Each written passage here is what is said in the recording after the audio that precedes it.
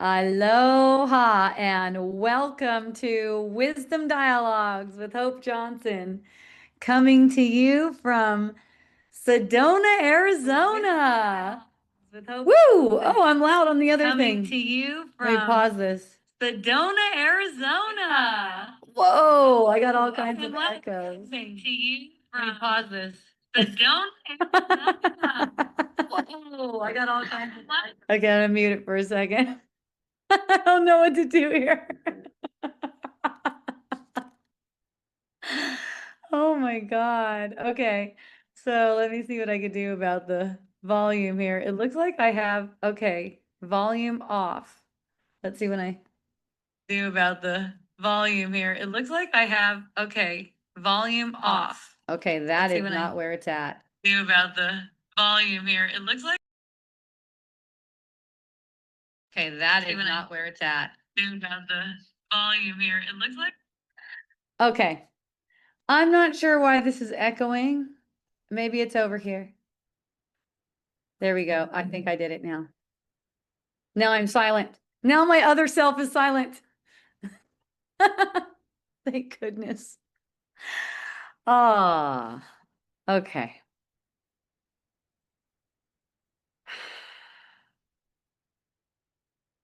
Isn't it nice to know that the world that we're perceiving is based on error? Isn't it nice to know that? Right? Because if it was the truth, that would be horrible. That would mean that we're stuck with it whatever way we made it. And see, the thing is, it could always get better than what it is. If we're perceiving mortal bodies, we're basically perceiving in separation where bodies could die. That's not really true. We made that up. So a lot of the beliefs that we've agreed to project together, kind of like as a community of souls that decided to keep separation as if it's true. It's a trip. It's like there's this constant conditioning of ourselves and the people around us into believing we're in separation. And in all kinds of ways, like I recognize all kinds of ways that come up, like sayings like I'm getting too old for this. I wish they wouldn't be that way. I wish people would just realize something.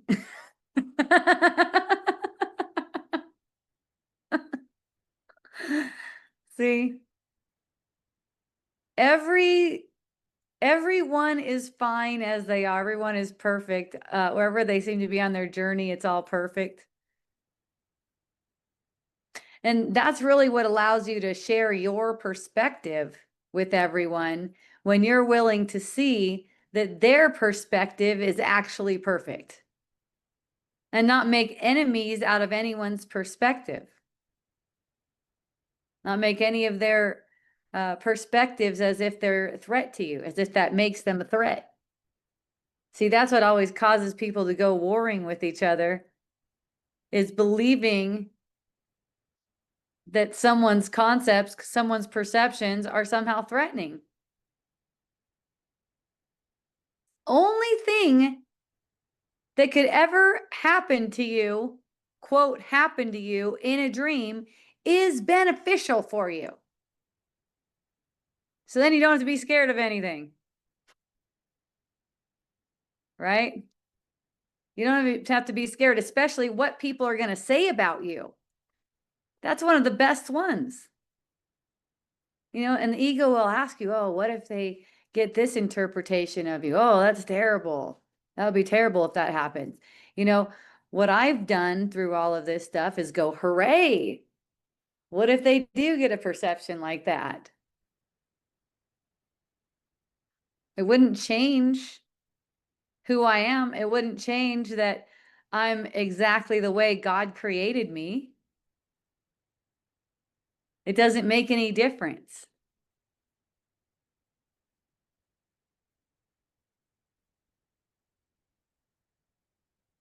the world wants to keep secret, and the people of the world, it's like each of us has peopled our own world. A friend was sharing that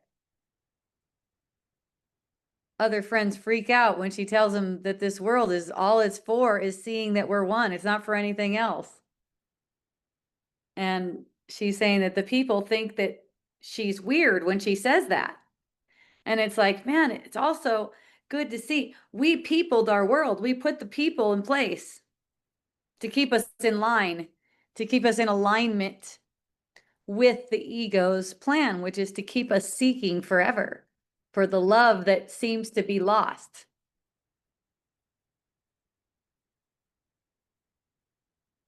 We don't want to play out the ego's drama without recognizing it. I say without recognizing it because that's the whole key.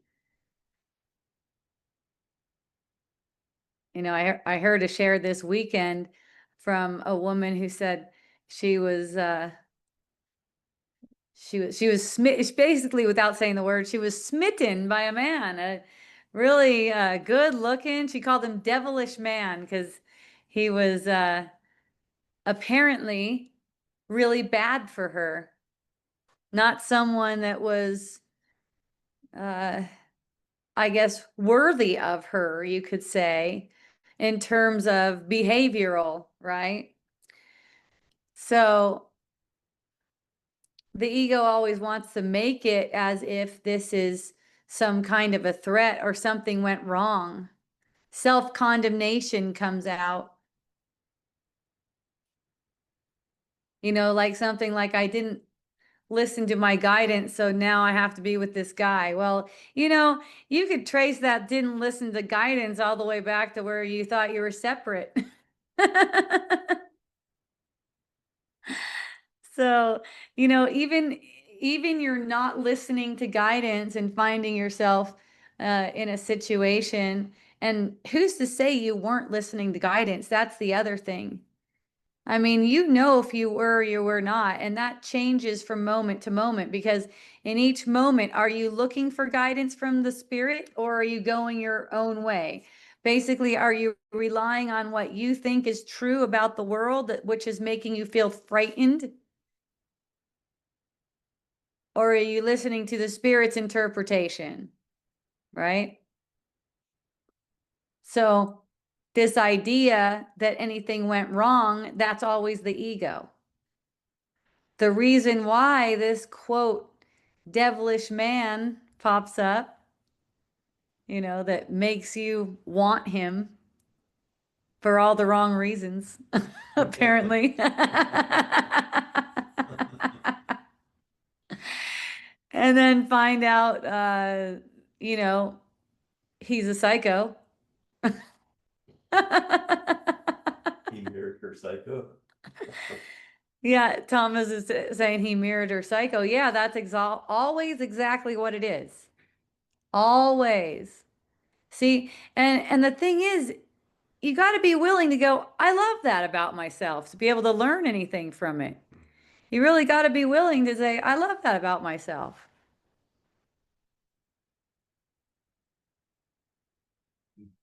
You know, last week I was sharing about some interactions where I felt some uncomfort, right? And the thing about feeling the uncomfort for me is knowing what it's for. I don't have to make the story about it real. Just knowing what it's for. And you know, what is the story? Like you get an uncomfortable perception and then the ego starts weaving. It must mean this, or it must mean this, or it must mean this. It's not the perception itself, it's just a perception. The story is not then a story. Or I'm reactive because of this in my childhood or anything like that. It's just a matter of looking at it and going, that is a pattern that's meant for me to see how I uh, am wanting it for one thing. What's making me want to be uncomfortable, to make myself uncomfortable. And, you know, that question, just leaving it open and just feeling into the body sense. And recognizing that's another thing. My mom was pointing that out this weekend. I went to visit my mom this weekend. Thomas and I both went together. And my mom my mom was saying how it's so important for her in her case to learn the Bible, to memorize Bible verses. Because the way she puts it, or the way they put it in the group that she's in a Christian group, is that then you have it available to wield it whenever it's necessary, whenever you're under an attack, so to speak. And you know, that's the same way A Course in Miracles puts it. It's like these are attack thoughts. So you need to bring them to the truth rather than make them true, rather than make them true. See? When you make them true, then it becomes a story, a scary story too. So there's the pure perception. What does it seem like? What is the feeling that's coming up? And then there's the interpretation of it. What does it mean? Right? I've given everything the meaning it has for me. That's not a matter of like denying the feeling and the perception. Just take the perception as it is. Just take it as it is.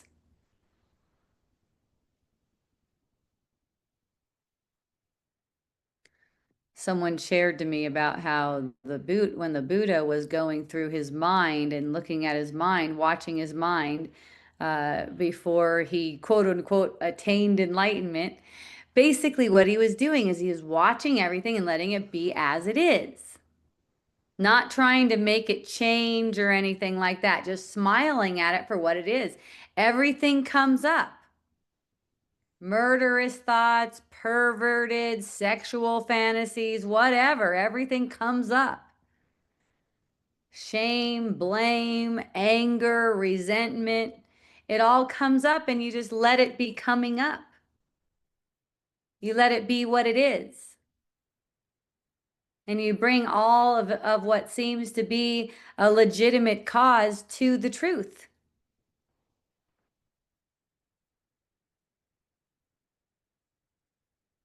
And really, that prevents you from spinning stories around it. As in, what does it mean? What does it mean in the story? See, what kind of more stories can we weave about it? When you're just willing to see that there's no past, and you're just projecting the uncomfortable feeling that you're perceiving right now and feeling it, that's what helps dissolve it. That's bringing it to the truth.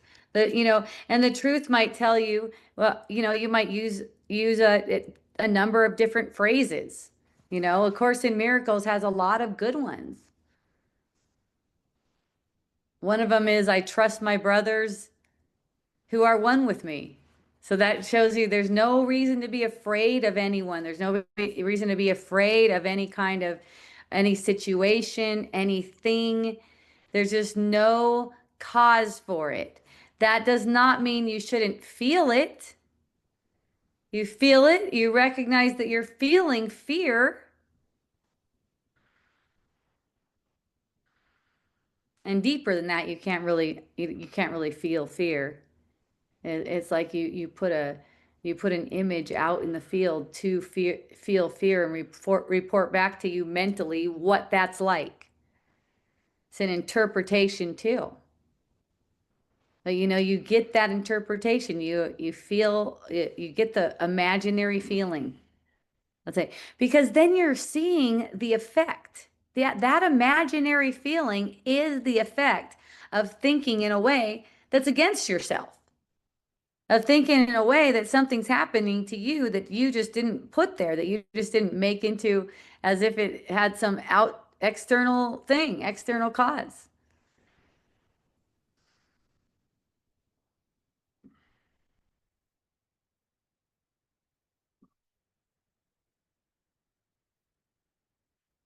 I got a question. Yes. So, I know I'm looking for a process or a technique to work with what you're saying. So you're saying feel it for sure. Yes. But then, so I'm just discovering I got Shane that's actually generational. I actually Uh-huh. had a child molester in the family. It was my grandfather's brother.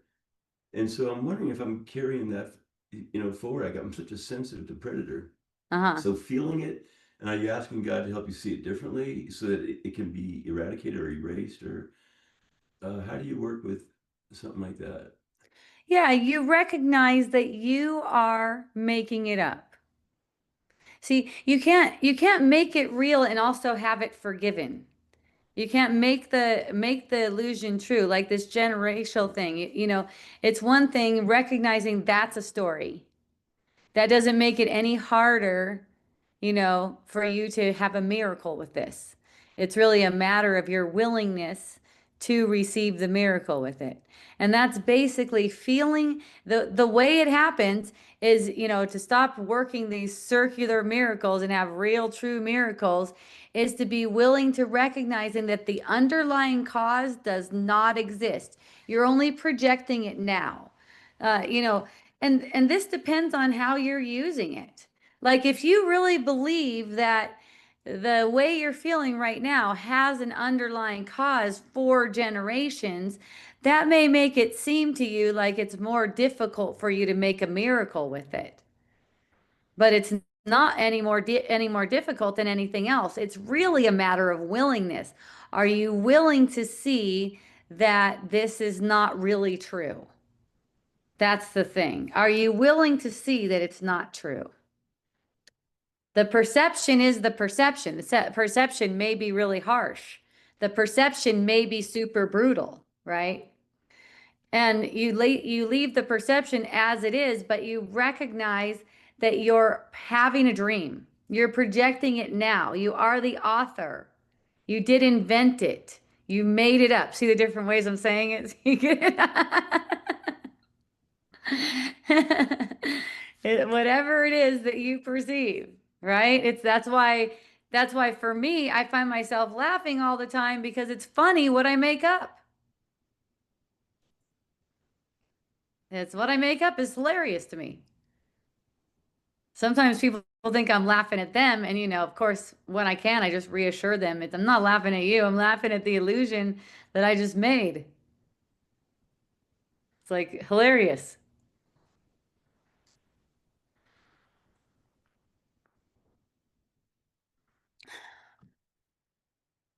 So Yes. that'd be true for like that women's group that you met this weekend, where they're looking at alcoholism being not well generational, gene oriented. Sure. Same thing, just but it has to stop somewhere. Yeah. Like the buck stops here. Right. Well, that the buck stops at the mind that decides that its mind is for making choices between truth and illusion, right?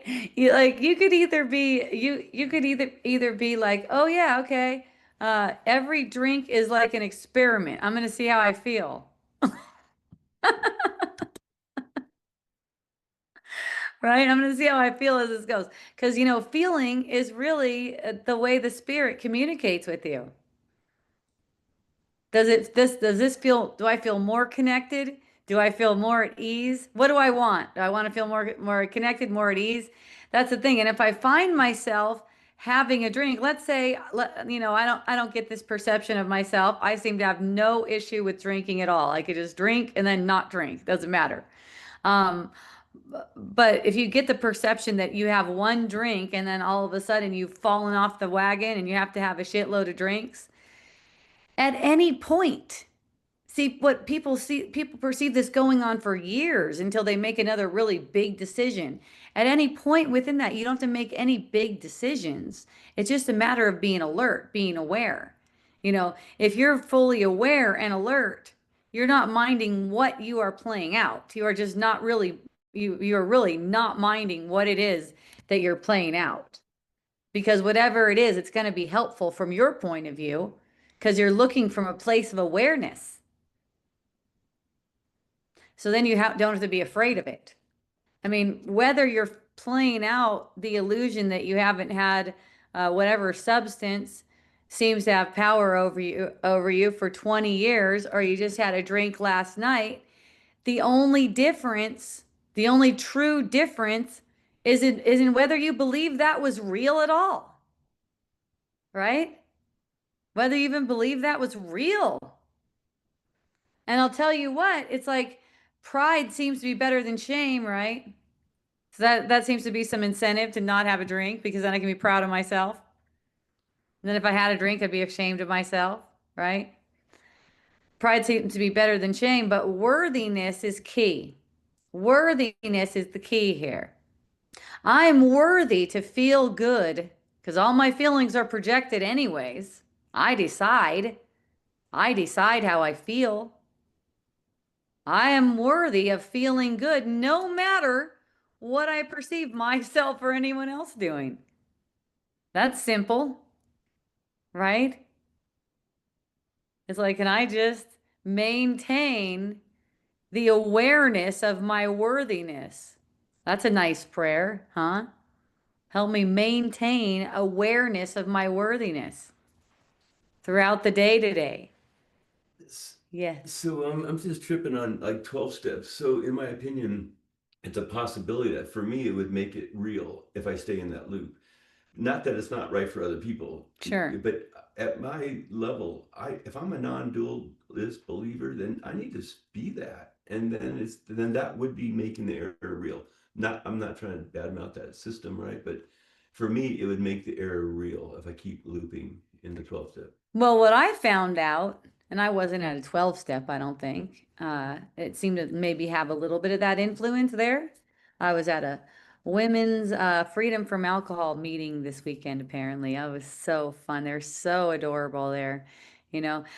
So here's the thing. You're going to perceive beliefs, and Thomas was asking about like those 12-step programs. He seems like if he were to stay in it, it would be like looping around.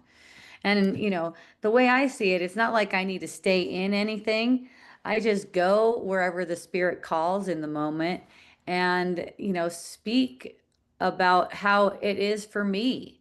Basically, they asked me, what is your relationship with alcohol? That was a question right before it was time for my share. It was basically stream of consciousness share. So it was kind of like wisdom dialogues for about a good 5 to 7 minutes or something like that. And so I shared that, yeah, my relationship with it is the same as any illusion. All illusions are the same to me. They don't have any power over me. I'm the one with dominion. I'm the one in command and with respect to all illusions. That includes all people. That includes all circumstance, right? I'm only perceiving anything so that I can see that it's one. I'm only perceiving anything in separation so I can ultimately see that it's one. I don't need it to do something else with it. I don't need to control anyone's behavior. Everyone's behavior is perfect for me. So I can see what I need to see what needs to be forgiven, see what feelings are meant to be brought forward. I don't have to change anyone else. Communicating with people is basically a matter of extending love.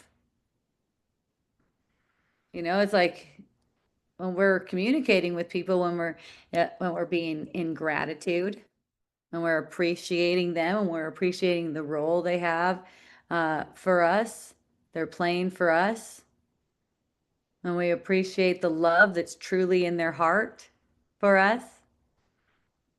That's how we can see past all of the illusions. People will present as if they're sick, old, tired, burdened, right? This is the kind of stuff uh, that we've witnessed. When we go around and experience people, we may perceive all that kind of stuff coming out, seemingly negative things coming out. There's no need to try to change anyone. It's really just a matter, and here's where the communication is. It's right there in the mind where we are connected. So the communication is just in recognizing that they're fully in charge. They're making their experience what it is. They're projecting their experience. And you know what I see is it really easily is the cause and effect. The cause and effect is right there. You know, I've observed uh, people complaining about even appliances, you know, like that piece of shit. And the way it's the emotion that goes behind it. It's like, oh, it's like I'm so victimized because that thing is a piece of shit. Like the way it's said. That is so important to watch because the way we say things with the energy behind it, that's what determines how quickly it manifests.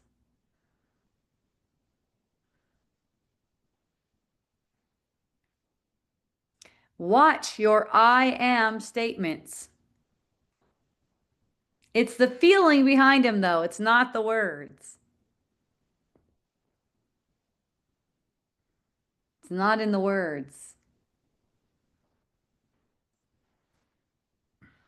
You know, I've often shared, I'm a freaking idiot.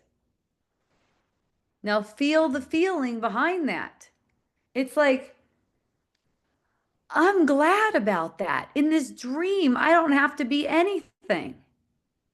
I don't have to measure up, for instance.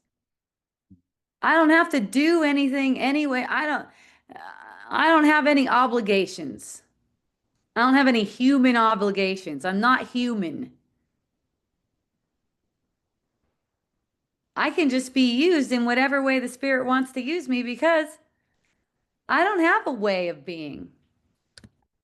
I don't listen to people's way of being where they would tell me you're supposed to do it like this. It's like I'm supposed to do it the way the spirit tells me to do it, not people. It's not according to people. I'll take it in. Of course, I listen to everything and then listen to the Holy Spirit behind everything. Did you have something, Tom? Yeah. So the other way, you're right. It's the feeling behind the statement. So mostly the other side is shame. Yeah, Like I'm such an idiot, or I'm fat, or right. it's definitely shame. And almost they're proud of the shame. They're like they want to say it that way. Mm-hmm. And you don't. Yeah. So you're right. We're not here to change them, just to Mm-hmm. notice it and maybe change it inside of us. Yeah. When I see it come out that way. One way of putting it, I've heard one sage put it, contemplate their return. So it's like you see them happy. Mm. You see them joyful in the feeling of the love of God, of a shared, healed perception. Right? You just let yourself to see them as they are and not how you would have them be.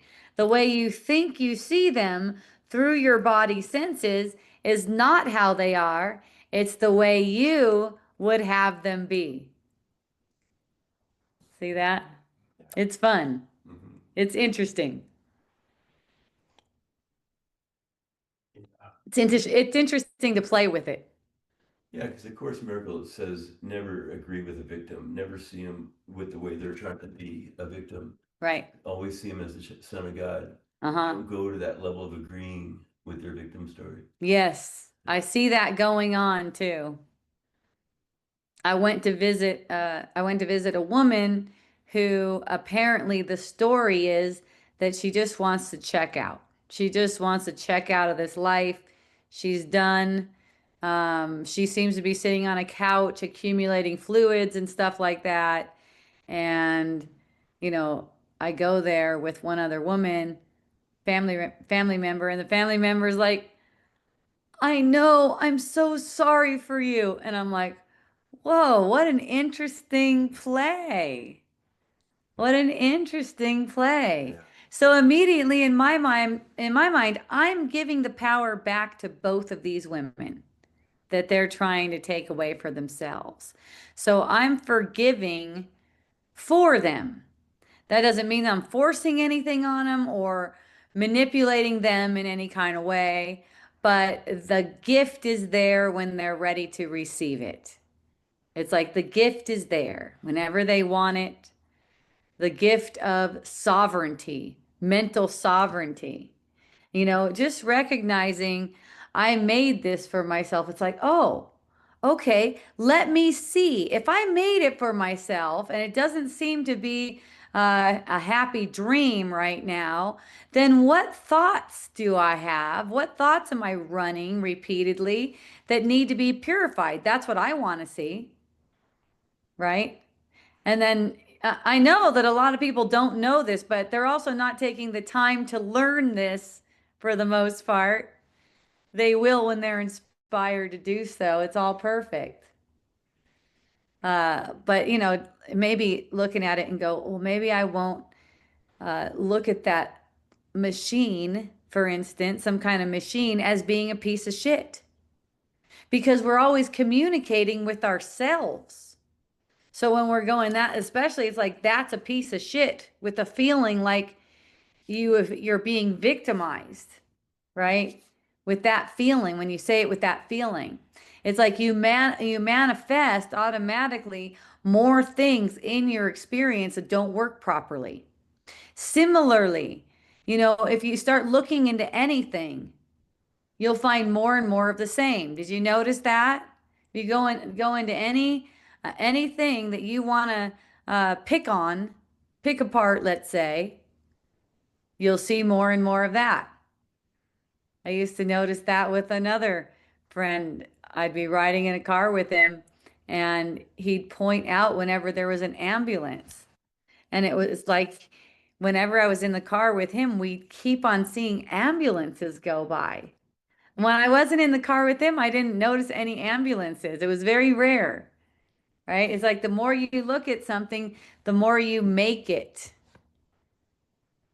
The world is an invention, and the invention is based on an erroneous thought, a thought that made you into something that you're not.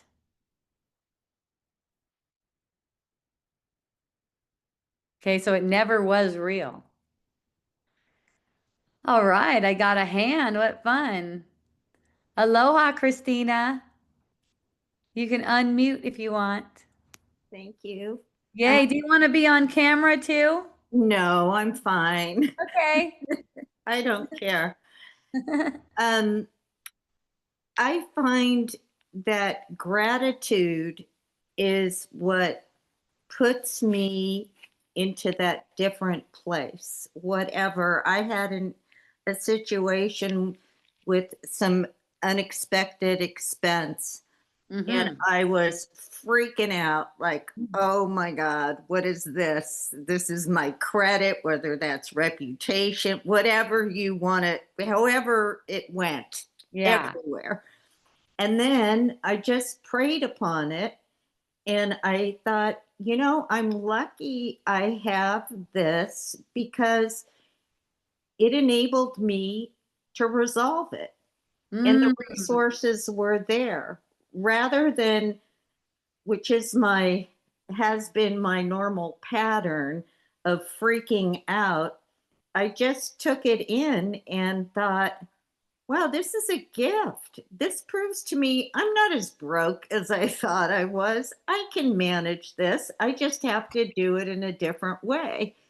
And with gratitude, it all came to pass, and it's a wonderful thing. And I think that when those things come up, it's what you were saying, the thoughts that aren't spirit related, that is part of our humanity, is to embrace those thoughts and see what can I learn from this? What is Yes. this teaching me about me? Yes. Well, Right? what it's meant to teach you, what it's meant to teach you from the ego's perspective, and the world is based on error. That's why you can perceive you're getting charged for something that you weren't expecting, right? So the world is based on error. So what it's meant to show you is that you're not sustained by the love of God, which is a lie. The whole world is based on lies. It So is a that's lie. why, I right. embrace my humanity because I believe that that's the form that houses the spirit. And Uh-huh. through that form, I can expand in spirit.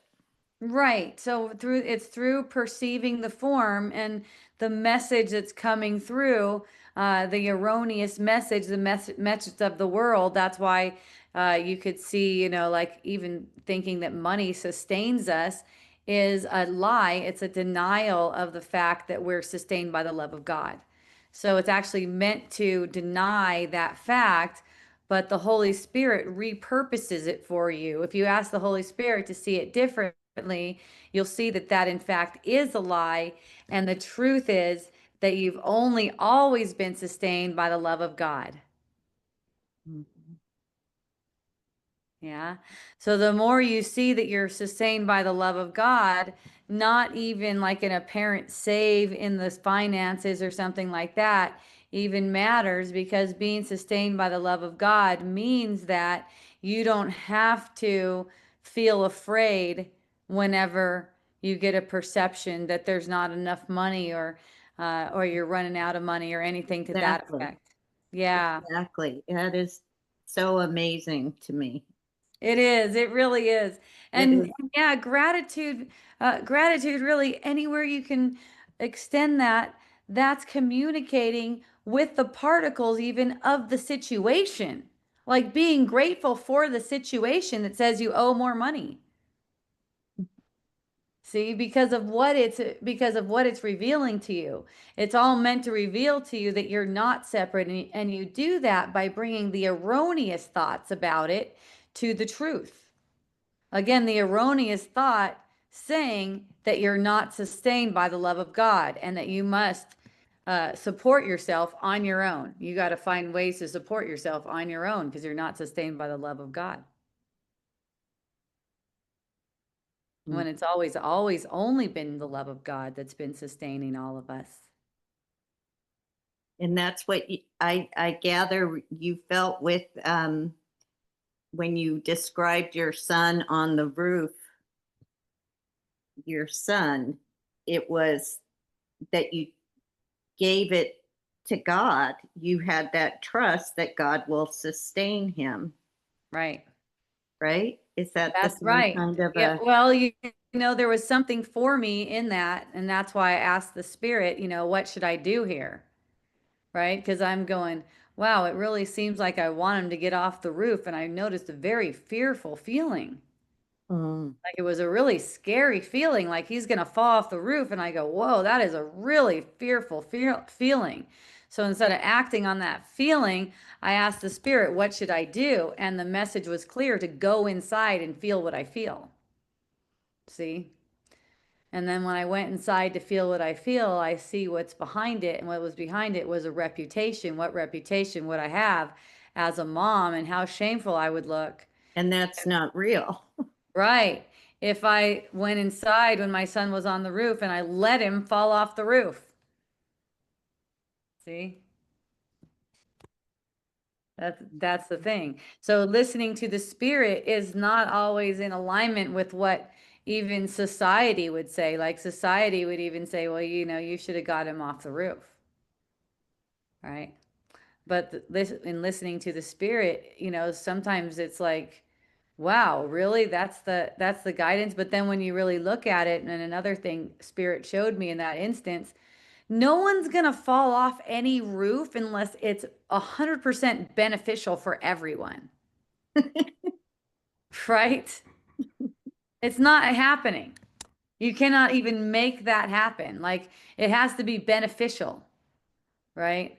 And since it's like something we perceive, uh, it's like if you start having thoughts and you're afraid of something like that, it's like, yeah, that is one possibility.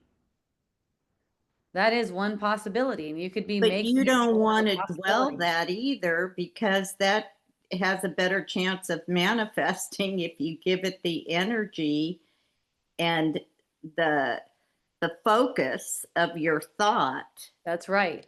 Then Yes. it's more likely to happen just because you're putting it out there. Yeah, that's exactly right. And so, if you're really like feeling that fearful and you don't know, you're not sure if you hear the Holy Spirit's voice or not, get your kid off the roof because you don't have the faith for it. It's not a bad thing. That's not a bad thing, you know. But you want to watch. It's like, what is the most beneficial here? So for me, this Holy Spirit showed me the most beneficial is for you to go inside right now and feel what you're feeling, right? So in that case, I had to give up a lot of my worldly values and just trust the Spirit's voice right there. That even if he were to fall off the roof, it would be most beneficial for me and everyone else involved, right? Because in that recognition, then I'm not feeding it. I'm not feeding that kind of circumstance with energy. Right. See, Right. I it get it. I it's get it. neutralizing the event. It's totally neutralizing the event. If it happens, it's perfect. That neutralizes the event itself. So it's not calling it forth. And really, what you're actually calling forth is a feeling, it's a sense like something's lost. Something is lost. In this case, possibly, your son is lost. At least they're uh, probably going to go to the hospital. Who knows? You never know. Anything could happen. He bounces right off the grass and he's like, "Hey, mom, look, I'm fine." It's a dream. That's how I see it. And actually, I put the most energy behind that, you know. It's all a feeling. So it's like how much energy are you putting behind it? You know what I'm saying? Like I had Mhm. energy behind my son when he was my middle son or my oldest son, the one who's now a manager over on Maui and a college graduate. I would put energy behind my son playing too many video games and getting a sense like he's a fat gamer at all pale at 35 years old, basically doing the same thing he was doing at 12, but at 35 years old. I'm having that fantasy, right? Coming up. So what the spirit tells me to do on this one is be completely quiet, go to your room and cry by yourself over that. Right? Because what spirit was showing me is you don't want to be like repressing it. So you're walking around actually projecting that onto him. It's hard for him. That's difficult for him. He doesn't even know why, but it makes him feel uncomfortable. Mhm. See? Because if I'm a mom and I'm walking around, I'm trying to maintain this unschooling thing where I'm allowing my kid to do whatever he wants, and that means he's playing video games, eating Cheetos, and not doing any exercise, right? And if I'm sitting there projecting, oh, I hope he gets better and all this other stuff. No, I needed to go to my room and cry and accept that the love of God comes through, even if he is 35, eating Cheetos, fat, pale, the whole story. And so then that takes the energy off of the story. And then I have a second son who's younger than him, and he's just a different character altogether. And he's 17, and the older one goes, "Mom, what are you going to do?" And he gives me the same story. If he's 35 and he's just still a gamer, he never comes out of his room and he's just pale and all this other stuff. And I go, "It'll be fucking awesome, just like it is right now." It's like when you're loving the Lord and you're basically loving each other, you don't fucking care.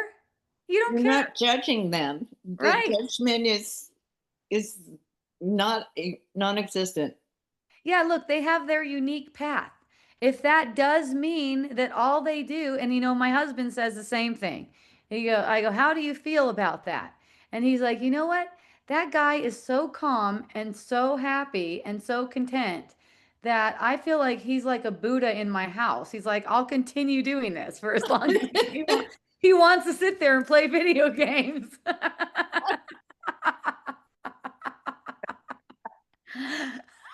Great. mean, people keep cats. They don't have to do anything.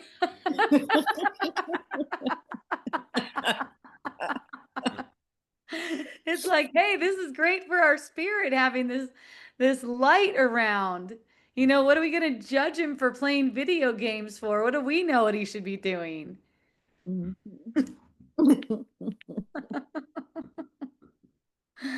All right. So thank you for coming on, Christina. Thank you. Okay. Okay, so now I have another question over here or statement or something from Durga. My sister-in-law is in hospice within her small apartment. I seem to be challenged by this experience. I am guided to say, I love you. Death is not the truth. I seem to be avoiding visiting again. I am banishing so many fear thoughts. And she's asking for suggestions. Yes. Yay. Okay. They're perfectly fine. They're the same as they've always been. They're the same as God created them. No one ever changes from the way God created them. Okay? No one ever changes from that. So you're recognizing that the way you're perceiving them, the way you're perceiving them as if they're in hospice, is an illusion. Also, it's the most beneficial illusion. Hooray, you're in hospice. You made it. You made it to hospice. How are you doing? How do you feel?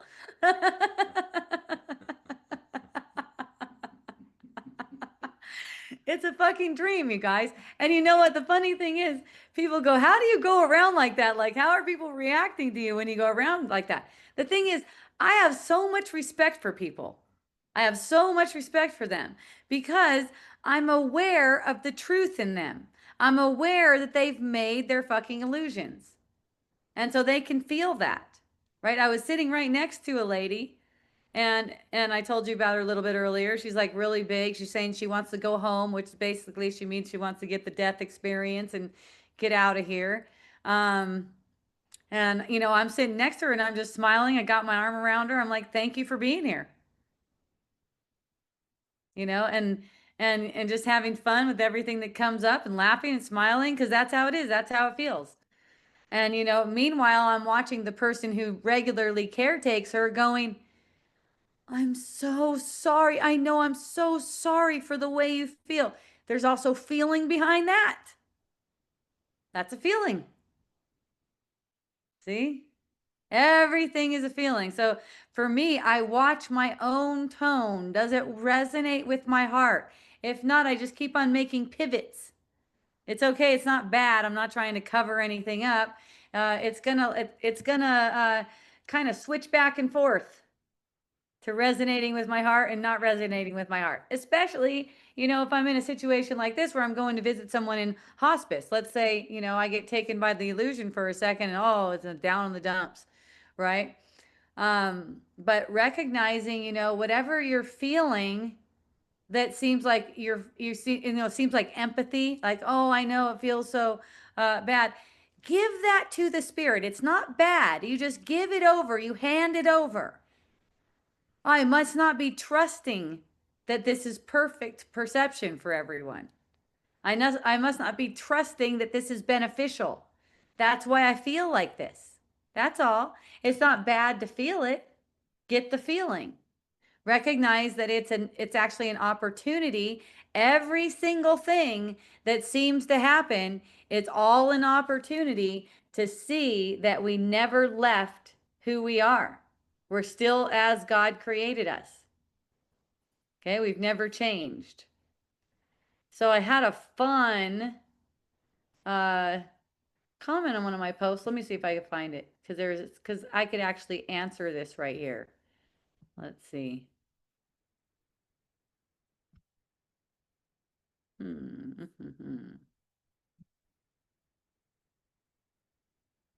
Sometimes I don't show all the comments now, okay? Okay. So one of them, so the world is only a neutral reflection of whatever thoughts we're accepting as truth right now, right now. So someone asked me, what about the organization of competition for life on the planet? Is there a way out of war? And it's like, yes, of course there's a way out of war. Each one of us projects as if war is real or as if it's not real. As if war is justified or if it's not justified. That's basically what it's saying. Is it really justified in truth? That's what happens like with the country that go, oh, we have to go to war because of this, like it's justified somehow. Like we should be at war with each other instead of in love with each other. See? You know why I love the sense like I'm in, okay, here it is. Today, a friend got curious. So this is my clip that said invulnerability to embarrassment. So basically, as using embarrassment as a catalyst to invulnerability. Okay, so someone said, let's see, where's this post? Where's this comment? It disappeared. It was just there. Okay, hide, see them all. Ah, that's funny. All right. So, anyways, there was a comment about there on there about getting embarrassed because I know for the fact that the person is asexual. Well, they're not even, I don't think they're even really sure they are asexual or not. They just notice that they're not having sexual feelings. So they share with someone else that they're asexual, and then that leads to embarrassment because the person actually feels bad for them for being asexual. So she was asking me about that. And basically, you're not anything. It's not live on Facebook, it's live on Substack. Yeah. Basically, you're not anything. You're not asexual. You're not sexual. This is just something that's in flux, let's say. It fluctuates. So you don't have to identify with anything either way, right? You just noticing, yeah, apparently in the dream, I haven't been sexual for 5 years, or I haven't thought about sex in 5 years, or whatever the story is. Right? But also recognizing it's a story. It's not something to be proud of. It's not something to be ashamed of. So when someone reflects something to you, like they feel sorry for you, and you notice that you start to feel embarrassed, that means that there's an idea in your mind that something's wrong with it. If you're getting the sense that you're embarrassed, the way you really would use it for teaching and learning and really for, let's say for collapsing time is to see that you made that up. You're the one who made it up. So you don't have to get, so you don't really need to get comfort for this upset feeling that you have because you don't have an upset feeling about it then. The more you see it, and how you project everything, how you make everything what you want it to mean for you, then the more you can be like, oh, thank you. Wow, thanks for doing that. I can really see the care in it. Someone says they feel sorry for you. And it's like, wow, thanks for doing that. I could totally see the care in it.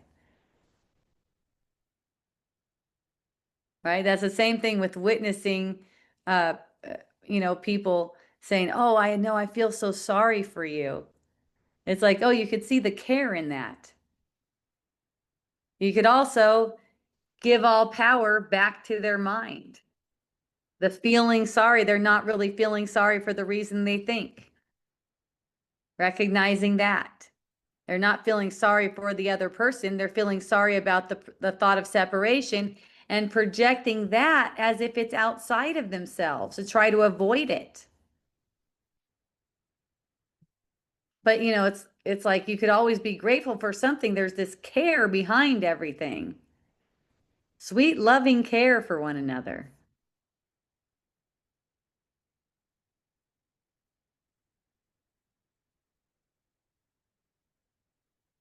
I observed a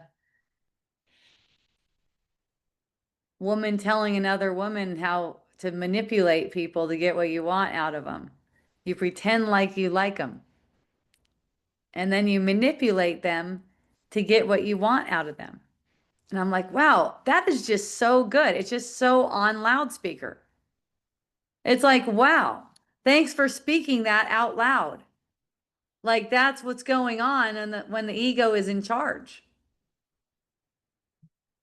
And it's like, look at what you're giving up there, though, to try to manipulate something, to try to manipulate someone to do something for you. Look at what you're giving up. You're giving up your authenticity. You're demonstrating to your mind a lesson you do not want to learn, that you can't be authentic. And then you look at the situation that the person finds themselves in. I was witnessing this weekend, looking at the situation that the person finds themselves in, all the different situations,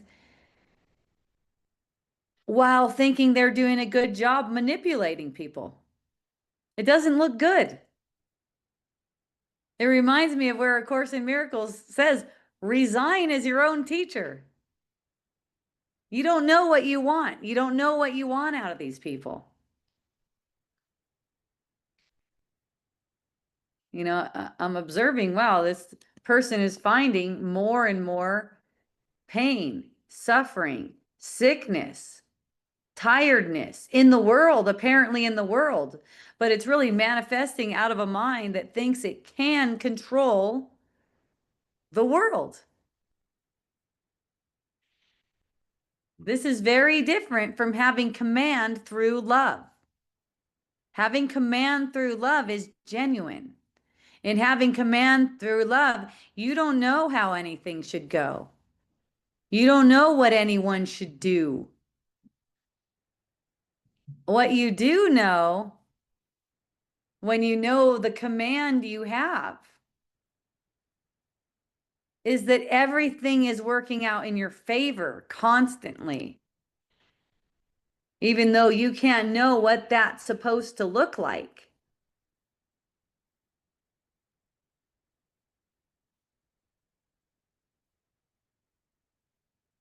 By the way, someone asked, we are live on Substack, and that's free. It's free on Substack. You don't have to be a paid subscriber to get these lives. The only thing for paid subscribers that I have is some, let's see, audios, like voiceover on some of my posts that I do. Actually, I do a voiceover on all of my posts.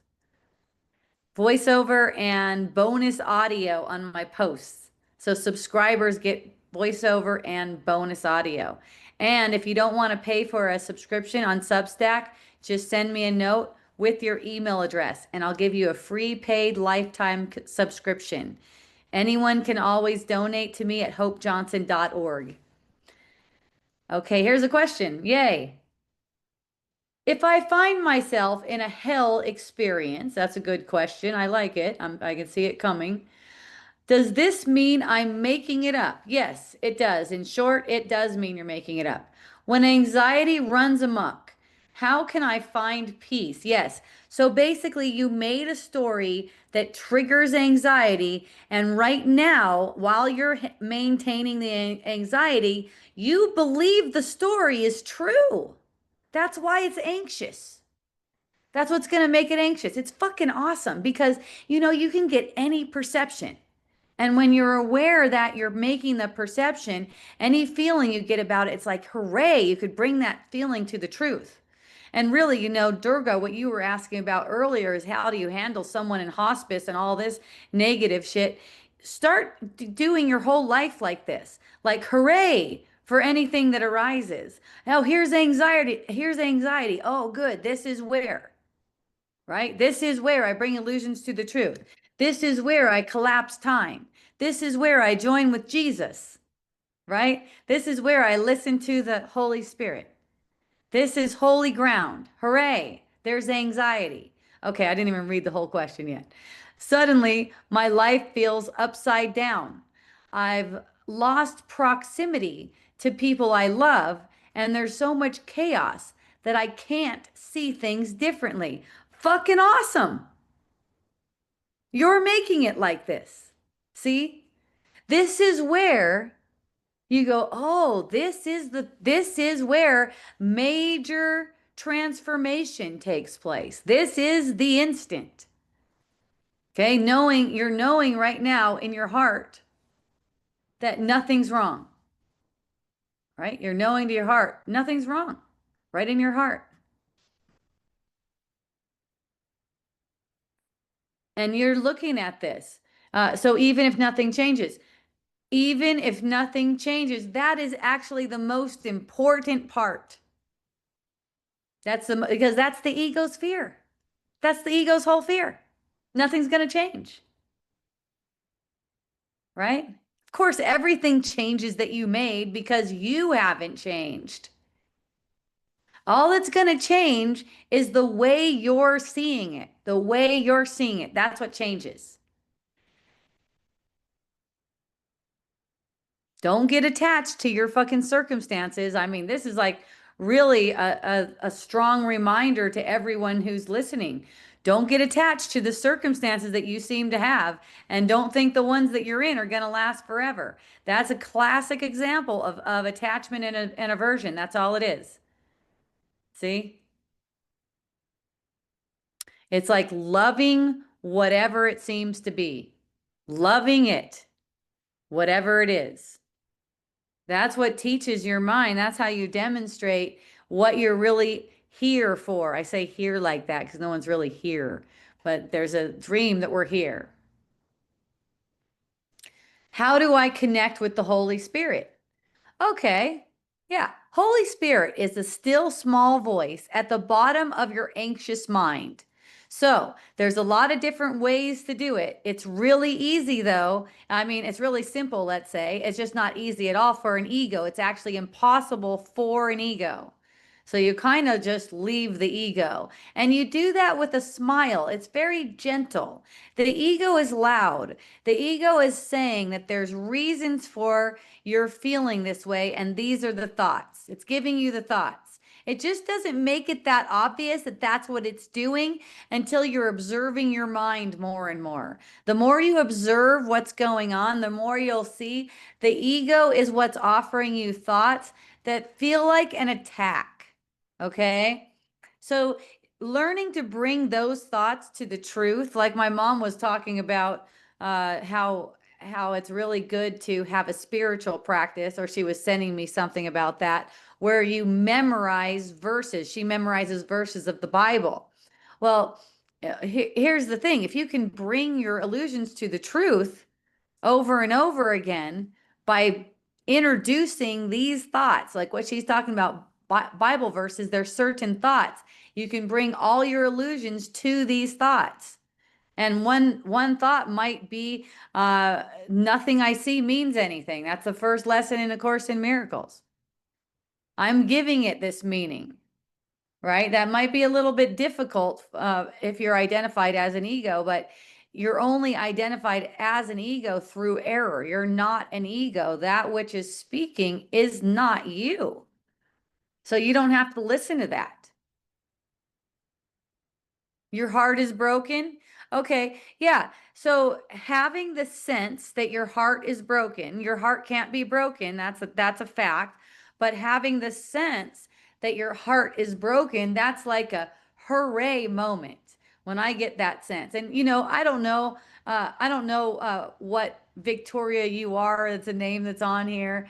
But if you've been following me for a little while, you might know that I went through an experience of having a broken heart pretty recently too. And, knowing that it's an experience, my heart cannot be broken, and getting an experience that I have a broken heart, knowing that that is for my seeing, it's for my awakening, allows me to use that feeling. So I'll use that feeling, broken heart. Holy Spirit, how would you have me see this differently? Because this pain that I'm projecting onto myself is truly pain of separation. It's not pain from having circumstances change. It sounds like what you might be talking about is either, some loss in some form, some apparent perceived loss in some form, like maybe someone breaking up, maybe someone moving away, maybe someone passing away, anything like that. It's all the same. It doesn't really matter. But even the thought that says you can't see things differently, that's also the ego. Of course, you can see things differently. So you might change to a thought, and you're putting a lot of feeling behind it anyways. So keep doing that. Keep putting all this feeling behind it. Say, I'm determined to see it differently. That's good too. I'm willing to see things differently, right? Or I'm determined to see things differently. You wanna you wanna see it differently while this is up. While it's up for you, while it's coming up. You want to see it differently. You don't want to let it pass away. And you know what I mean is all these feelings pass away, like the broken heart. It arises and it passes away. However long it takes, it goes through some kind of cycle and then it's gone. You want to catch it while it's live, while that feeling is live. Because during the time that it's live and it seems like you have a broken heart, that's where it's really potent. It's the most potent for you to hand it over to the spirit. See, it might seem like it's harder too, but it's not actually harder. It's only harder. It only seems harder because the meaning that you gave to it, but that doesn't mean that it actually has that meaning. That's why there's no difference between these different illusions. Yes. Yeah, another way of seeing that differently is you could see it as the heart is broken open. That's a good way to put it. Yeah, that's a way of looking at it differently, and it must be breaking open for a reason, Right. to receive something. Yes, the heart is, so one way he's saying it is you could see it as the heart is broken open. And that really goes in line with the hooray. Hooray. See, there's a sense of a broken heart, and it's not about what I think it's about. It's not even about what I think it's about.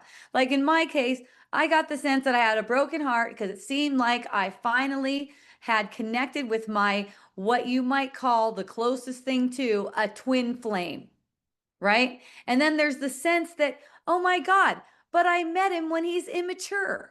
What the fuck? Right? So there's this sense of loss. There's like this deep sense of loss. And it's like, oh, good. I know what this is for. Because it sure the fuck is not about him. No matter how much it may seem like it's about him. And I may have experience after experience and go, wow, none of this experience that I seem to have even compares to being with him. Holy shit. Right?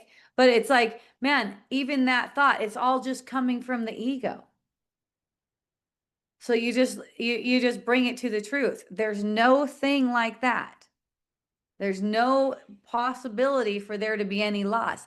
But the sense that there is actually bringing you in more to your center, less to relying on external circumstances or events to be anything. Right? By the way, I get the sense that there is no such thing as the twin flame. I'm getting the sense that there is no such thing. There's just that there's some people who are meant to be reflecting to you in a more potent feeling way, right? But if you buy into the idea that that particular situation is now lost, whatever it may be, that particular situation is now lost to me because I don't have that particular circumstance or that particular person, you make that true for yourself, especially if you're noticing a lot of emotion behind it. Right? So what I put a lot of emotion behind is the truth that all of that comes from me. So I could keep on seeing that more and more. The truth is all of it came from me. Wow. Wow, that's amazing. And you know what that person was reflecting to me that I seem to have fallen in love with, right? I seem to be falling in love with is an aspect of myself that I don't automatically see. So it's like, yeah, I want to see more of that in myself. What did I see in that person? That I fell in love with. I saw gentleness. I saw childlike innocence. I saw an appreciation, a deep appreciation. I saw meditation, right? I saw all these aspects that are in me that I don't readily recognize, and that's why it seems like I need this person around. And gosh, that's such a blessing. I love that. And then I'm not in charge of whether he's around, and I'm sure I don't need him around. So the release the idea that it should be any different. Yes. Yes. Really, that means bringing it to the truth that it should be just that as it is. That's really the key to seeing that everything is perfect as it is. And you could say it's the key to enlightenment, that you would let things be exactly as they are with the sense of a broken heart, not trying to sugarcoat it or anything. You're noticing. What's the perception? What does the perception say that they did to you? Let that come out. Feel it. Right? What does the perception say is unfair about that? Let it come up with recognition that you're making it up. This is so important. Yay, I love you guys. Okay, Durga says, yes, potent teachable moments. Hooray to the application of ACIM lessons. Thanks for the teaching, ACIM, as a practical internship to the truth. She's talking about A Course in Miracles, in case you're not familiar. That's what ACIM is. And yes, it is meant to be a practical course. It talks about it being a practical course. It totally talks about that.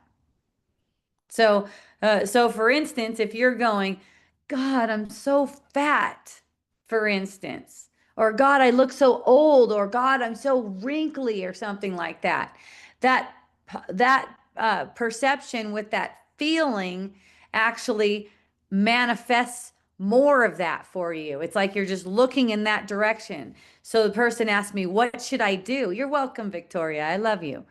So the person asked me, what should I do? And I go, well, here's another way of looking at it. You can go noticing like what feels the best to you. Like, let's say, what way of your body looking feels the best to you, and go, oh, fuck yeah, thank you. That you can imagine that. You can just imagine that. See, it's like, wow, God's will for you is perfect happiness. So put some emotion behind what you think makes you happy. That doesn't mean that's way different than trying to look for something in the world to manifest that for you. That's way different than telling yourself, God, I gotta exercise more. God, I gotta eat better. What kind of a prayer is this? See? And this could just be thought and not even coming out of your mouth. It's the energy that's behind it. See? Like for me, I'll just picture something and I'll just smile and go, oh yeah. Oh yeah, thank you. And then that's where the gratitude comes in. Okay, yeah. And see, that actually, it speaks to all your cells to go in that direction, right? It's like, oh, yeah, that's possible, right? And your imagination is everything. It's doing everything. It's actually doing everything. It's making your whole perception. And you go, oh, this is terrible. For instance, all the men only want to get in my pants, right? Like when I was in Mexico and I kept on having this perception over and over again. It's like, wow, every single one of them seems to like want me for sex. And I go, huh, I'm making that up. That's how I want it. Right? I'm the one making that up. Right? And any kind of uncomfortable that I feel, I know that's coming from me too. So I keep on fucking around this perception, and then I end up getting a perception, oh wow, this is really uncomfortable. But I still know, I just maintain what the truth is. I still know I'm making this up. I'm even making this sense of uncomfort, right? So then you can see past any illusion that anyone is imposing on you. Definitely one of my favorite illusions too. I mean, this idea is so prevalent. I've witnessed it over and over, especially living in a community where it seems like especially men can take advantage of women, but I've also seen people use women can take advantage of men, or bully them or be mean to them or something like that. So getting this perception over and over again, it's like, hey, you did it like this and that was wrong, right? Especially to men. You did it like this and that was wrong. And so they get really sensitive to your perception, right? They get really sensitive to you saying that this is my perception because it's followed up with this is wrong. The thing is, we make these things together. It's like, whoa, whoa, whoa, I'm getting a perception of this.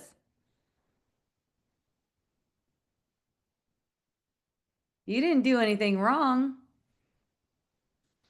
We are playing in this together, though. We are playing in this together. So, what this means is if we're playing in this together, and I'm getting the sense that I'm feeling uncomfortable, and you're getting the sense that you're being judged, that's for us to see together. That's for us to see through. Hooray! That's what it's for. Isn't that so fun? We can all play like children. We don't have to make anyone guilty. And I get the perception all the time people are trying to make me guilty, especially knowing that I'm a spiritual teacher, right? And saying the things that I say, even saying the F word, even get some, uh, like what you might call disrespect, dissing, because I say the F word. Like somehow it means that I'm less evolved spiritually. That's perfect for me, right? For one, it's coming from my own mind. For two, it's a playful opportunity to demonstrate to my own mind that I'm still as God created me. I'm actually watching a show. I'm watching a movie of a woman awakening. So, however that goes is fine with me. The end is the same. See, I'm not what's becoming awakened. I'm not that which is becoming awakened. That's not possible. I haven't changed from the way God created me. So it's just fun and funny when it seems like someone's trying to convince me that I'm doing it wrong. They're not outside of myself. So in the first place, while you believe, and this is some of the advice I've given people before, and it's just really playful. You could use it if you want. While I'm perceiving in separation, and it seems like those people, for instance, want me to believe that I'm doing it wrong, fuck those guys. See what I mean? It's like, fuck that idea. It's like in a playful way, right? Fuck that idea. I don't buy into that. Right? You're more rebellious in that stage. It's okay. Yeah, and I love that about myself. Exactly. Right? Really, I mean, that's what it leads to. I love that about myself. And thank you. Thank you for letting me know. That was a thought that they really loved. It went over really well with the girls in the what was it? A woman's freedom from alcohol group. I didn't even realize I said that the night before, and one of the other women brought it up. She rephrased that to her own phrasing, which I forgot what it was right now, but it made sense to her and it was light and it made her laugh. And that's the thing. It's like, thank you for letting me know.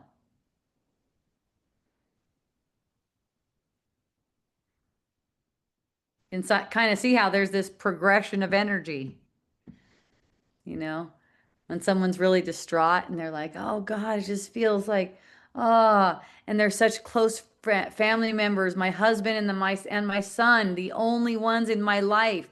They're telling me they hate me right now.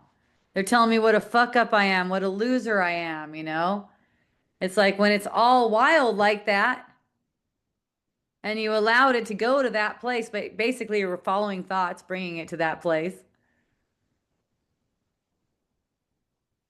It's like, fuck those guys. Who cares what they think? Right? And then you evolve that. You just get gentler and gentler with yourself. You don't have to all of a sudden jump to the end. You can go little by little, right? Fuck those guys. And then you start bringing it to the truth. You start looking at it. First, you're not listening to that story. They got a bullshit story that they're saying. I'm not listening to that story. And then you go, oh, what if that's true in their story? Oh, what if that's really true in their story? To them, it's true right now. Holy shit. I love that about myself.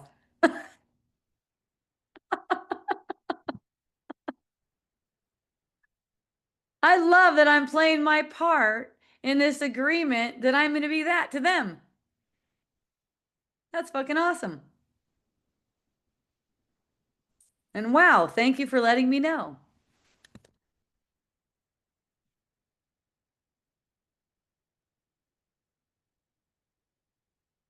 So we people our world the way we want it to be peopled.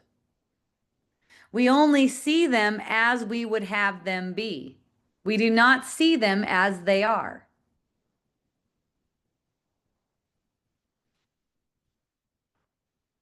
It's as we would have them be.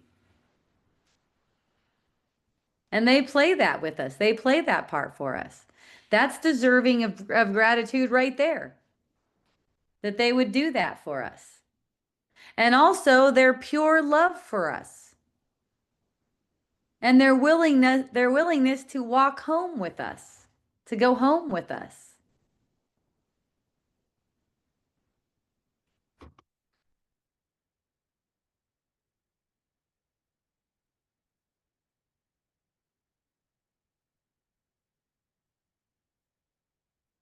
I so love it when I meet a willing participant.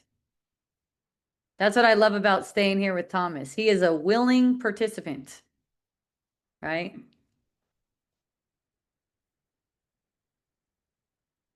That's like, what does that really mean? It's like we would both surrender to the truth. And we help each other surrender to the truth rather than give in to attacks.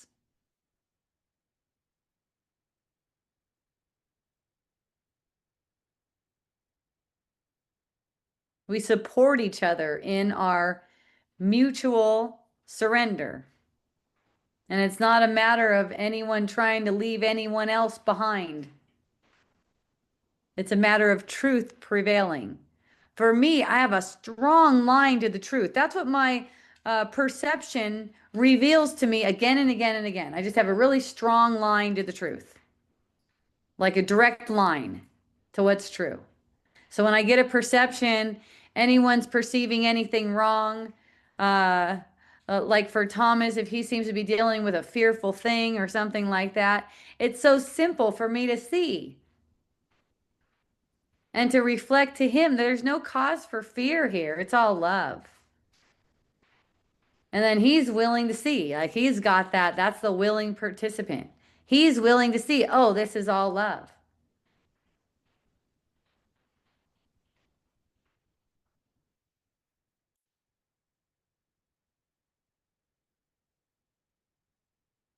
It's like when I get anyone like reflecting to me, hey, the way you do things, the way you are, it feels like judgment. The way you just speak things out like this, it feels like judgment. And and I'll bring them to the truth. What is this judgment about? Because I know I don't feel judged. Whenever you judge, you feel judged. You feel judged. And I'm like, I know I don't feel judged at all. That's how you know you judged. You feel judged. So, what is this judgment about? Well, I'm perceiving that you're being judgmental. And it's like, why do you want to see it like that? And then notice that, because that's a really good teaching right there. It's like, man, no one is even capable of judging. Let's say, even if they meant to be judging, how am I going to feel judged unless I thought judgment was true? How am I going to feel like that's the case? Right?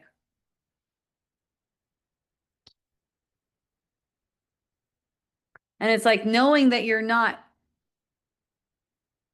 stuck in any kind of situation. It's like if I get the sense that I'm feeling judged, I can get out of it right now. And if I'm getting the sense that I'm hanging out with someone that's feeling judged, that is definitely changing. They won't hold on to that for long. Either they're going to be apparently separating away from me on the surface, or they're going to change over to just feeling at ease, at peace with themselves. See, this is why all relationships can be used for healing, because we actually communicate on a level that's beneath all of the manifestation. We communicate with each other's truth. So if I'm constantly willing to see that the person in my perception is totally blessing me, totally serving me, that their perceptions about fear and untruth and judgment and all that stuff are totally just misperceptions, they won't be able to stand it. They cannot maintain their illusion and keep me around. That's just how it works. I don't have to be in charge of that one bit. It's only as long as I would make the illusion true that the manifestation can continue about us even being hanging out together, us even hanging out together. See? So they either change along with me or some kind of a split occurs, a parent split occurs. But that's only on the surface. We always stay in communication. We always do. We always stay in communication. Everyone we ever interact with, we stay in communication with them. Whenever they cross our mind, we are communicating with them. That's why I'll make sure when a person crosses my mind that I'm extending gratitude, at a minimum, extending gratitude. If it seems like something else, I'll just make sure there's extending gratitude in there. But I get it because I went through the process myself. That maybe you're not all the way to extending gratitude right now. Right? For a time, you might need to feel through some angry thoughts. Just know that they're not justified, so you don't stay there.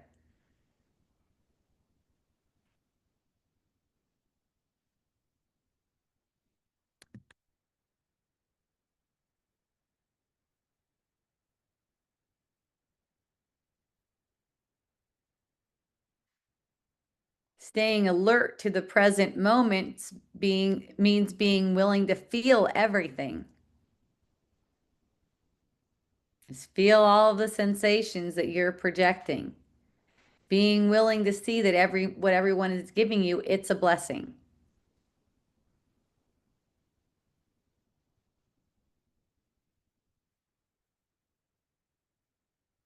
Whenever I see someone cry, I think it's so cute. I think it's so adorable. And myself included. It actually looks like a show. I saw this since I was a kid when I was witnessing myself crying. And I seem to have gotten hurt pretty bad. I seem to have burned my leg on a tailpipe, a hot tailpipe. It seemed to be legitimate why I would be crying.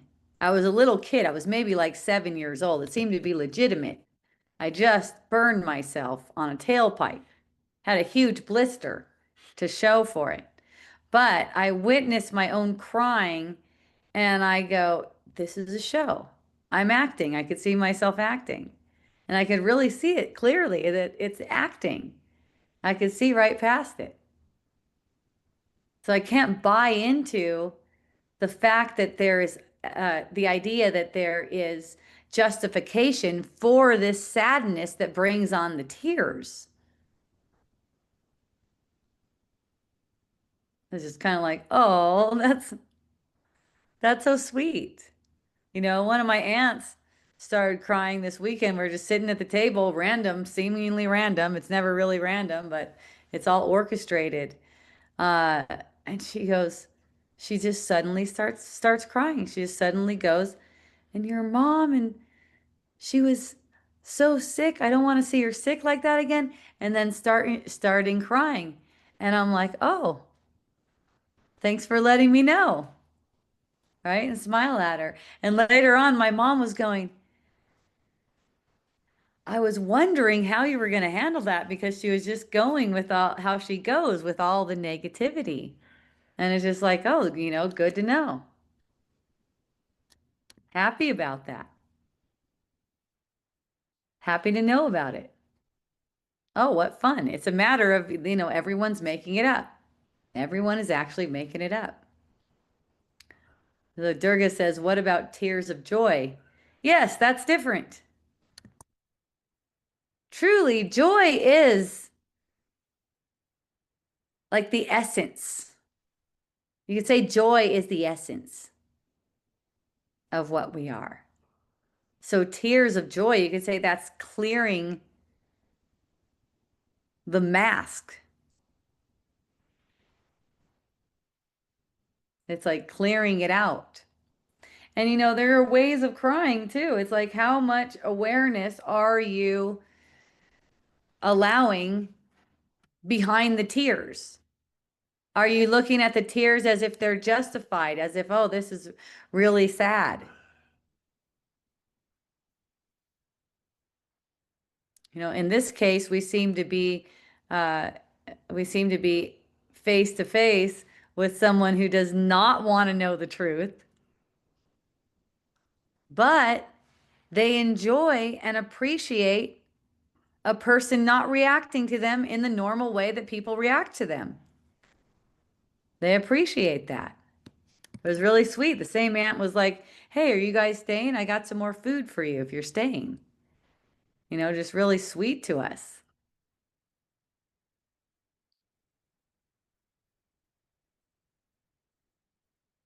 I let her know I was nourished just by the thought of her having food for us. That was so sweet. Right? It's just so sweet. It just shows love. It shows loving kindness. And that's what we do without trying to change a person. Like you shouldn't be crying or something like that. It's like, oh yeah, okay. You're listening and you're grooving, right? So then I hear a story of, oh God, she's so negative though. It wears on me. It makes me tired. Here's the thing about that. It seems like that, but really, even being in that situation and having that perception that someone else's energy is wearing on you and making you tired, you've worked yourself into that situation. You've worked yourself into that mindset by believing that you can be affected by other people's energy and someone can't be exactly where they need to be. So now this is the moment to see that you're making up the idea that they can have any effect on you. Actually, your thoughts about them are having an effect on you. That's all that can have an effect on you.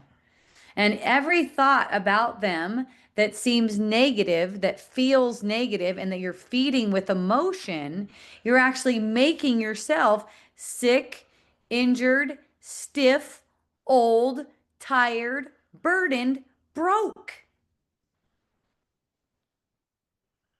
That's what's going on there. And this isn't something to be afraid of because it's so simple that you just recognizing that you're faced with a delusional thought, one that's telling you that this person can somehow suck your energy from you and smile at it. Immediately, you have no enemy. Now, this lack of energy is met with more energy. You automatically have more energy. Truth equals, in the illusion, more energy. Someone asked me today, do you ever perceive yourself getting colds? Well, I could say that I don't think, it doesn't seem to be. I wasn't keeping track, but they asked me this and I go, I think it has been, I don't remember having a cold since I started block therapy. That was 2022. That was like February of 2022 or having anything like that. Once in a while, I'll notice a little symptom like a pop up. And immediately when the symptom pops up, I'm like, okay, what am I holding against myself that's shooting that thing into my body's energy field? That's always what's going on. That's the first thing. And I don't go into thoughts about, oh no, what's going to happen if I get sick? I don't start planning for getting sick, right? That's what a lot of people do, right? You'll start planning for getting sick. You'll notice one symptom and go, okay, if this goes down, I'm going to do this and this and this and this and this and this. No, first thing that comes to my mind, how am I attacking myself? How am I making it hard on myself? What am I resisting? What am I not saying? It's like I must be resisting something right now, and I'm popping it up right now. See? So when I say something like, what am I not saying? What am I afraid to say, really? Because that's what's being held up right now. And I got a fun picture of that this weekend. One of my family members apparently went through some molestation. Very common in my family, not so common in this generation, but the generation before that, so common.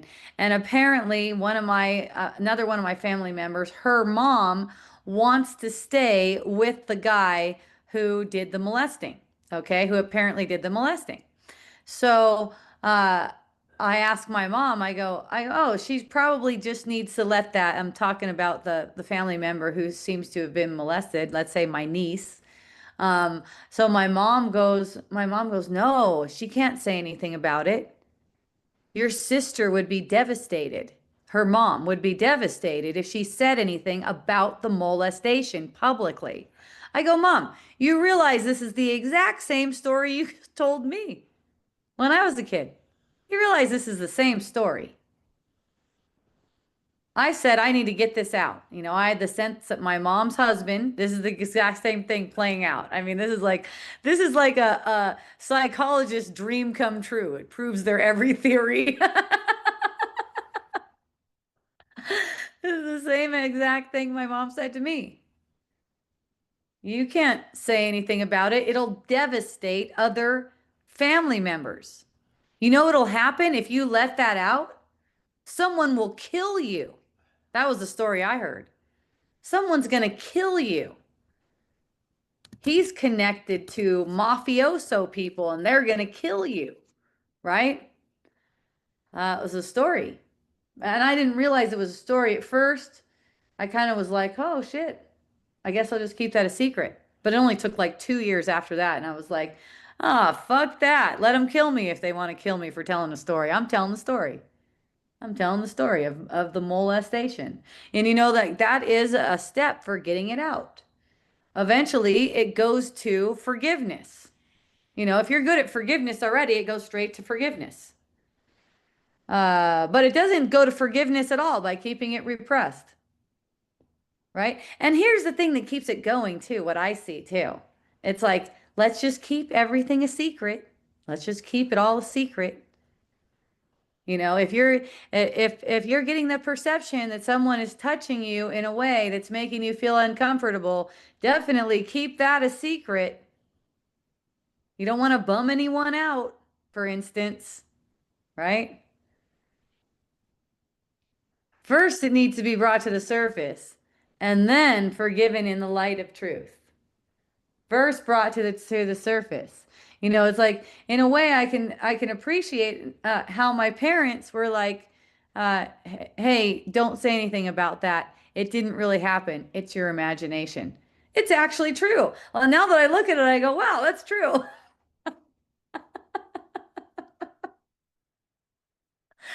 But that's not how forgiveness is going to happen. It actually needs to be brought out. And imagine, you know, look at if you're done hiding behavior, you're done hiding behavior, hiding it, you're gonna see much faster because you're not repressing things. You know, girls were taught to be ashamed, and that's in my day too. Girls were taught to be ashamed whenever they were whenever they, let's say, molested. No one really molests anyone, I want to say that. Still, it's really repressing it and not healing it when you teach girls to be ashamed of it. See? Or let's say we learn to be ashamed of it because we don't have to learn to be ashamed of it either. It's all our own mind. So what I realized is I don't have anything to be ashamed of.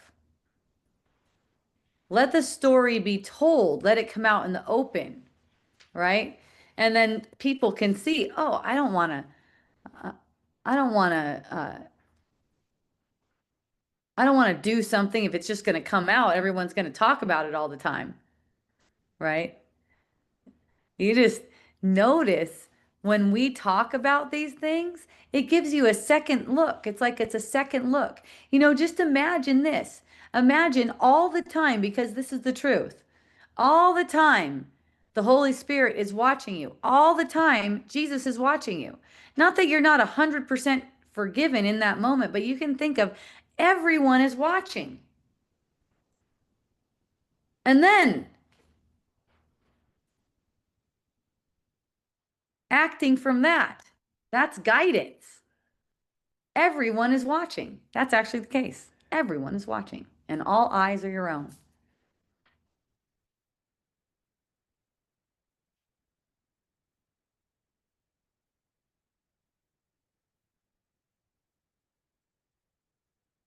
You know, someone might say, uh, I've even heard myself say too, it's like, man, if you don't want that talked about, don't do it. Right? If you don't want that talked about, don't do it. These things that you seem to do, that you do in secret, you do out of a guilty self-conscious. If you're asking the Holy Spirit, you're not going to perceive yourself as doing anything you wouldn't be totally happy with someone talking about. And then there's the person's perception. If you're totally happy with how you be, you're not going to mind anyone's perception. It's only when you're not happy about it, you're secretly unhappy about it, that you're going to take it as if someone else's perception of you is damaging.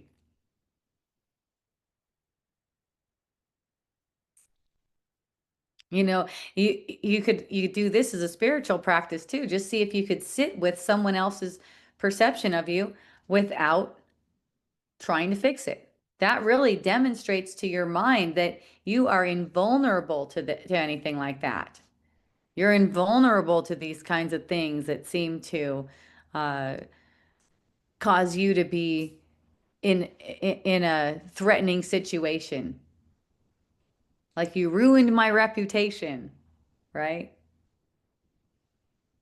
Like even in our legal system, we have slander and defamation, right? We have this thing, and there's you know, there's some elements to this. It's known as a crime, and there's some elements to it, and it's like, you know, with you know, there's There's intentional and then there's negligent. So negligent is like you kind of like don't know what effects it's going to have, but then it has effects where it ruins the reputation in the community. It makes it so that they can't make money, something like that.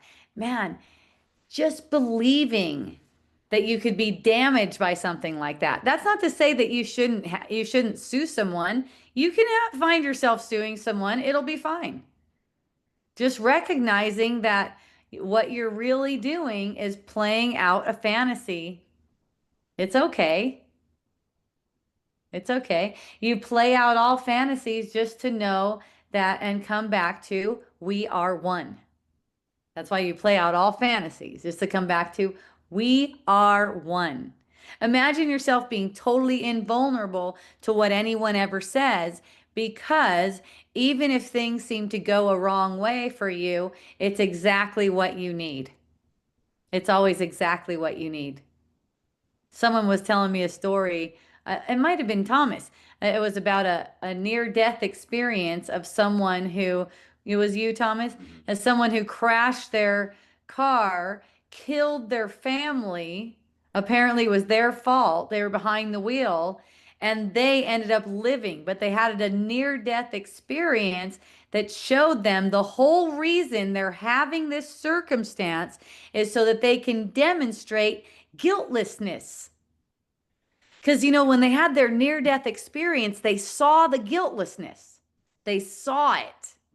So now their function within this role of being a man, wasn't it a man too? A man killing, I believe, his female family members. Right? Just to add that spin to it. And then when he went into the spirit realm, he was shown that he's totally innocent. So now his function in here is to demonstrate his complete innocence, because that's what he knows. Once he had that near death experience and he experienced the truth of it, it's like you can't even go back to pretending like you're remorseful. It makes no sense. It actually makes no sense. So demand that of no one as well. That's the other thing. Demand that as from no one. Whatever my perception seems to be, that does not mean someone needs to change. See? That's the thing. And that's what I share with my brothers and sisters too, who will reflect back to me, I need you to change. And I'm like, that's not the truth. I'm taking it in. Here's how I communicate it. I'm taking it in, what you're sharing with me right now, and I'm telling you that's not the truth. You don't need me to be any different for you to be okay. I am the way I am. I'm gonna be the way I'm gonna be. Right? No one is forced to hang out with me. Right, that's the thing. Everyone who's hanging out with me, I don't have them, I don't have anything over them. I'm not making them hang out with me. They can leave the situation anytime. If I seem to be, I shared with Thomas, if it seems like I'm too much, don't be hesitant about saying, I need you to get out of here, because I'm not going to feel like it's bad. I'm going to feel like that's a blessing too. And that's fucking awesome. And it's not going to change the way I love you or anything like that. So, yay, a seeming history of your transparency. This is what seems to make you an exquisite teacher. I'm not sure what you're referring to there, Durga, but thank you for that. Thank you. Maybe it was the burning my leg when I was a kid and seeing that my crying about it was actually an act. Yeah. So I see anyone's tears as an act. And, someone was asking me, it just in a casual, friendly way, just going, yeah, I bet everyone's like really just laughing along with you, kind of like a sarcastic way. I bet everyone's just laughing with you. And I'm like, yeah, they are laughing with me, even if they seem to, even if they seem to be reflecting something else. But what I notice is, because of the deep respect that I have for each and every person, when I do laugh, normally people don't take it as being made fun of, but occasionally that does occur. And then in that case, I just ask the spirit how to be with that, like the sense that someone feels like they're judged from my laughter. And I also notice this has happened all throughout my experience with this lifetime is a lot of the times people will get shocked by me into a sense like I've done something bad or wrong. That's a very common thing for me. And then come back around to the truth as if it shocks them. And I've even seen this in A Course in Miracles about people getting shocked first and then coming into more truth. And that role is easy for me to play. Because I will listen to the spirit no matter if it seems to go around every person interpretation of what I've done. And last week when I used my friend's name and talked about my uncomfortable feelings, I got from both sides of the aisle. Some people were just like, and men. I haven't even heard from women at all, just men. Men going, that a couple men going, one the one that seemed to be about or took it as being about him, and then another guy, that's fucked up to be saying stuff like that. And another man going, well, shit, they're finding themselves in that situation. That's what they need to hear. Right. And, and neither one is really true. It's not like they should be or it shouldn't. I just ask the Holy Spirit how to be with this. And the Holy Spirit shows me. And it's always fun and it's always enlightening because I know that it's beneficial. And no matter what anyone tries to reflect to me, they deserve it. Nope, I don't accept that. That doesn't make any sense. And no one deserves anything but perfect happiness and love, right? Is it 100% beneficial? Yes, that's what it is. And why is it beneficial? Because it uplifts all of us, myself included, right? I don't have to perceive my brothers as if they can do anything to me. I can get back to seeing that I make it all up, right? All right. Etta May, thank you for coming on. I love you. You can unmute yourself. Okay, I think I got unmuted. You are unmuted. Do you want to come on camera or do you like it like this? I like it like this because I'm painting. Okay, perfect. Yeah. Okay, I know we're supposed to be closing right now, Yeah. but I have a question. And Yes. if you can't answer this right now because of the ending, that's fine. No, I'm going to answer it. Okay. So I'm really diving into some of the coursework and also listening to you and hearing about asking the spirit and like and I'm just curious, like I'm playing with this new, like, I don't know, conversation, maybe you could call it. And I'm just wanting to hear more of other people's experiences of talking to the spirit and receiving the guidance and knowing what to do. And I don't know if you could speak to that, just because I know you have experience with that. And I've been doing this my whole life, but I feel like I'm entering into a new realm of it. And I just would love to hear about that more. Okay. So the Spirit speaks for God. The Holy Spirit speaks for God. And God's will for you is perfect happiness. So you can tell by the fluctuations in your body's energy field when something is stirring, let's say.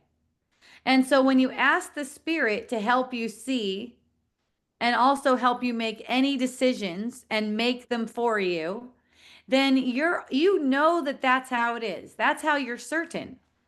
When you're asking like that, that's how you're certain that you know because it feels inspirational. Right? So it's what feels inspirational. And it's a deeper feeling that's deeper from the feelings in the unconscious mind. It's a visceral sense. So, like, for instance, when uncomfortable thoughts and feelings are arising, all feelings are made of thought. They're a thought first before they're a feeling, okay? When some uncomfortable feelings like that are arising, I ask the Spirit to help me to see it the way the Spirit would have me see it and help me with my words and everything. And I'm in observation mode, so I'm watching in the body's energy field, where is the inspiration coming? And that's in the spirit. So it may be to speak, it may be not to speak, it may be just to observe, it may be to bring thoughts to the truth. So one thing that was for me when I was getting the sense of an uncomfortable sensation, I trust my brothers who are one with me. That's a really common one that I would use in the Mhm. event where it seems like someone is like kind of like taking over the energy, right? I Yeah. trust my brothers who are one with me. Mm. See? So Yeah. And so we can see. Go ahead. and I the egocentric thoughts Mm-hmm. is coming from fear, and then the opposite is the source thoughts coming from love. Sometimes I'm like, okay, is this spirit speaking to me, or is this my ego? And it's like, yeah. So I'm just like trying to like, yeah. But you're saying like, it's in like how your body feels, and that's Yes. when you're feeling joy and inspiration, that's coming from God. Right, because the joy and inspiration comes from the foundation of the mind. So like there's the foundation of the mind, and then there's all these ego thoughts, unconscious ego thoughts.